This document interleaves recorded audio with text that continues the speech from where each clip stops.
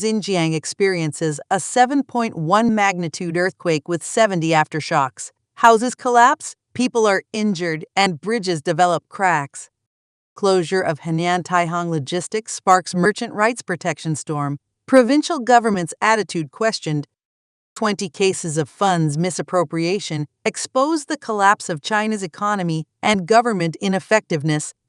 Guangzhou government faces backlash over alleged use of violence in Lunking demolition. Xinjiang experiences a 7.1 magnitude earthquake with 70 aftershocks. Houses collapse, people are injured, and bridges develop cracks. In the early hours of January 23, a powerful earthquake with a magnitude of 7.1 struck Wuxi County in Aksu Prefecture, Xinjiang, China. Subsequent aftershocks, numbering over 70, with a magnitude of 3 or higher, persisted until 4 p.m., with the most significant aftershock measuring 5.3 in magnitude. Fleeing to open spaces, residents draped in blankets sought refuge as the earthquake caused house collapses, injuries, power disruptions, and bridge fractures. Ahui County bore the brunt, witnessing widespread damage, including 47 collapsed houses, 78 damaged structures, and the collapse of 6 Xi'ans. Following the seismic event, Xinjiang continued to experience multiple aftershocks. The latest data at 4 p.m. indicated 70 aftershocks, including 4 with magnitudes between 5.0 and 5.9. An earlier report at 8 a.m. documented 40 aftershocks, with 29 in the magnitude range of 3.0 to 3.9, 8 between 4.0 and 4.9, and 3 between 5.0 and 5.9. Notably, Aheki County encountered earthquakes at 2:16 a.m., 32 a.m., and 3:06 a.m., registering magnitudes of 3.3, 4.5, and 5.3, respectively. At 10:16 a.m., Wuxi County experienced a 5.2 magnitude earthquake with a depth of 15 kilometers. A subsequent earthquake of 5.2 magnitude struck Wuxi County again at 9:19 a.m. with a depth of 10 kilometers.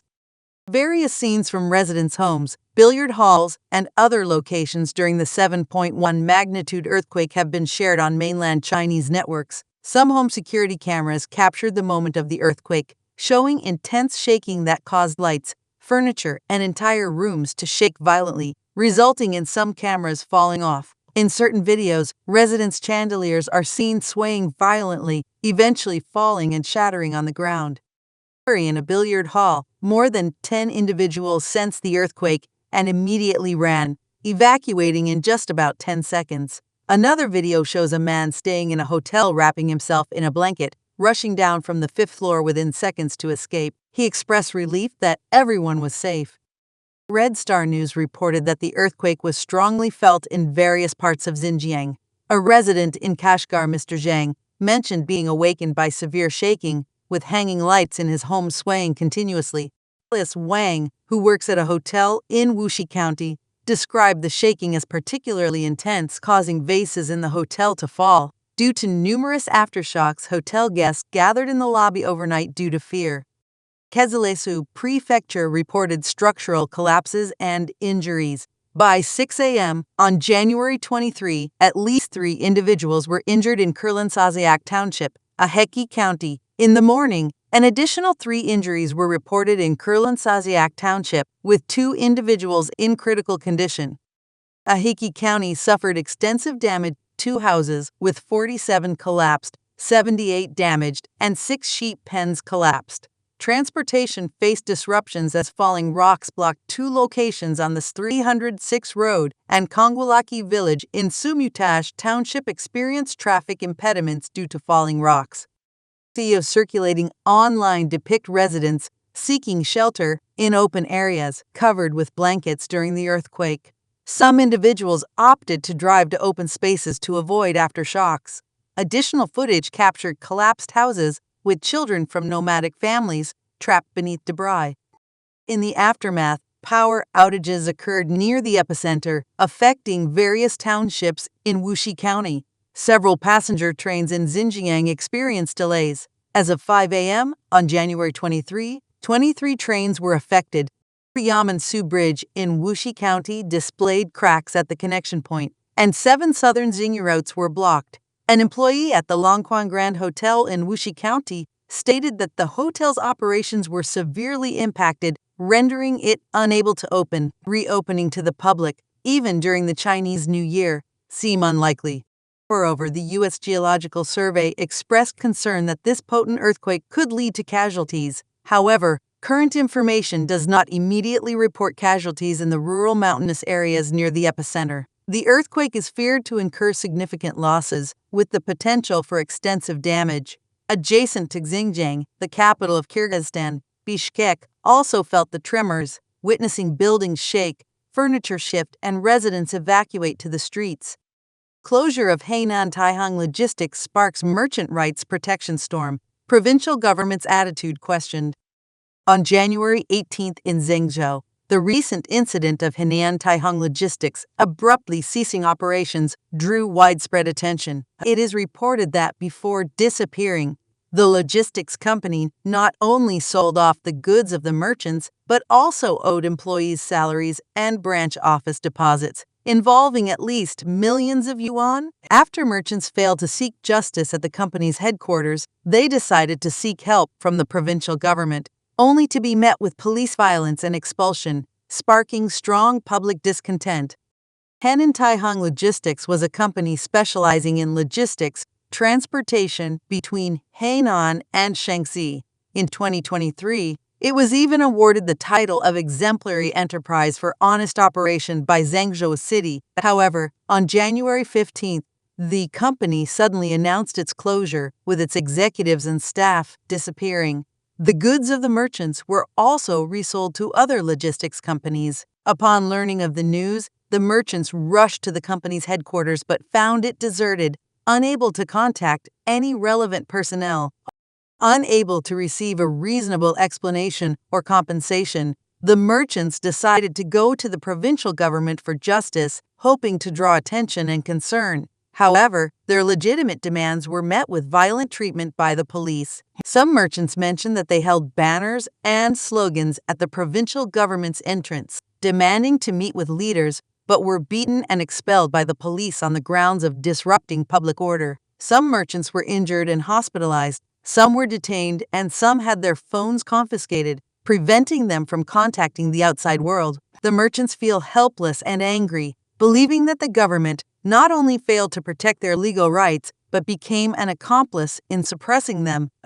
After this incident was exposed online, it triggered strong dissatisfaction and condemnation from netizens. Many expressed that the closure of Hainan Taihang Logistics is a serious economic crime, and the involved merchants and employees are innocent victims. The government should actively intervene, hold those responsible accountable, and help them seek justice, rather than resorting to violent repression, disregarding public opinion. As of now, the Hainan provincial government has not made any official response or taken action on this matter, and the whereabouts of the executives and employees of Hainan Taihang Logistics remain unknown. The merchants' journey to seek justice continues, and they hope to receive support and attention from society to ensure justice is served and fraudsters are punished. 20 cases of funds misappropriation exposed the collapse of China's economy and government ineffectiveness. On January 18, 2024, China's economy faced another severe blow. Within just 18 days, there were 20 collective rights protection incidents nationwide triggered by businesses fleeing with funds. These incidents involved various industries such as automobile sales, logistics, fitness, early education, and decoration, affecting thousands of victims. These events not only reflect the grim situation of China's economy, but also expose shortcomings and incompetence in government regulation. According to media reports, these incidents share a common characteristic. The involved businesses abruptly closed down after collecting customers' payments for car purchases, memberships, tuition, decoration fees, and cash on delivery, leaving customers unable to retrieve funds or enjoy services. Some victims gathered at the businesses involved, while others protested at local government offices seeking compensation. However, the outcomes were meager, and some rights defenders faced police repression. Taihang Logistics Center in Zhonghu County, Zhengzhou City, Henan Province, is a large logistics and distribution company with nearly 100 trucks serving multiple provinces, including Henan, Shandong, Hebei, and Shaanxi. On the night of January 14, the logistics center emptied its facilities and disappeared after taking away a significant amount of funds entrusted by 500 clients. For instance, unable to protect their rights from January 15 to 17, gathered at the Henan provincial government on January 18 to demand intervention. However, they faced police suppression, with several individuals arrested. Similarly, Yangga Group in Dongguan City, Guangdong Province, is a well-known automobile sales company managing multiple brands, including Audi, BMW, Mercedes-Benz, Volkswagen, Toyota, and Honda. On January 18, 80 affiliated Ford stores closed one after another, leaving hundreds of customers who had paid down payments unable to collect their cars. Additionally, these Ford stores owed substantial unpaid wages to employees.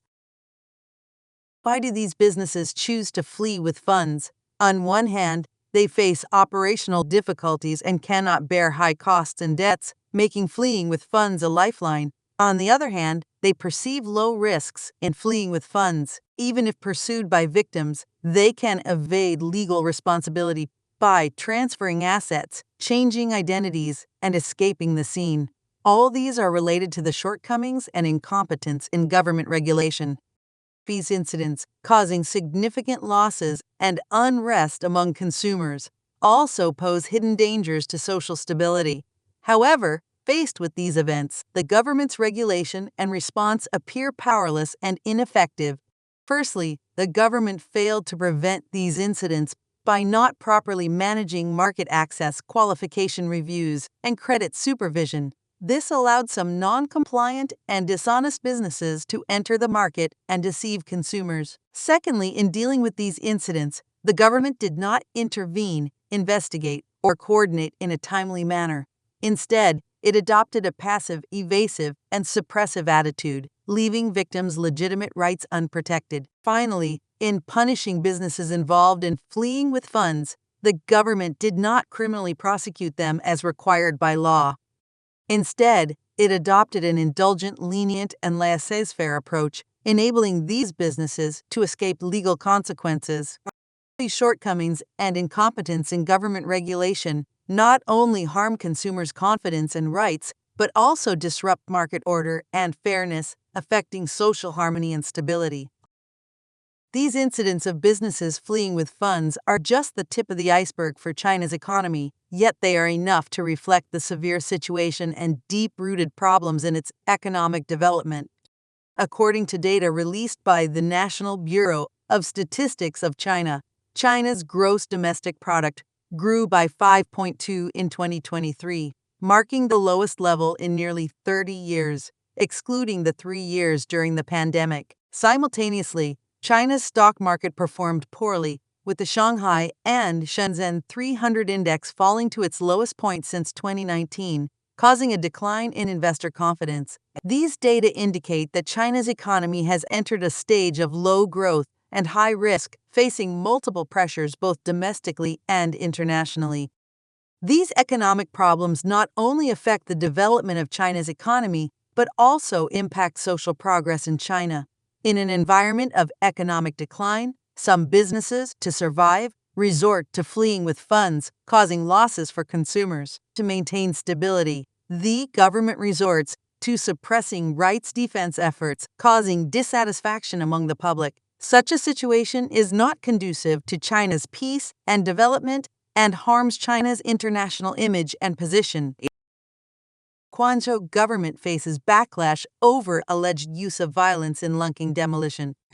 On January 19, a forced demolition incident in Lunking Town, Guangzhou City, Fujian Province, drew widespread attention. According to online reports, the local government deployed a large number of unidentified individuals wearing camouflage uniforms, carrying helmets and shields, to forcibly demolish homes. During the process, conflicts erupted between homeowners and the demolition personnel, leading to homeowners being shoved to the ground. The person recording the video claimed that the government had called in over 100 thugs for the demolition, mentioning the presence of an ambulance number 120 outside, implying a readiness to use force, even lethal force.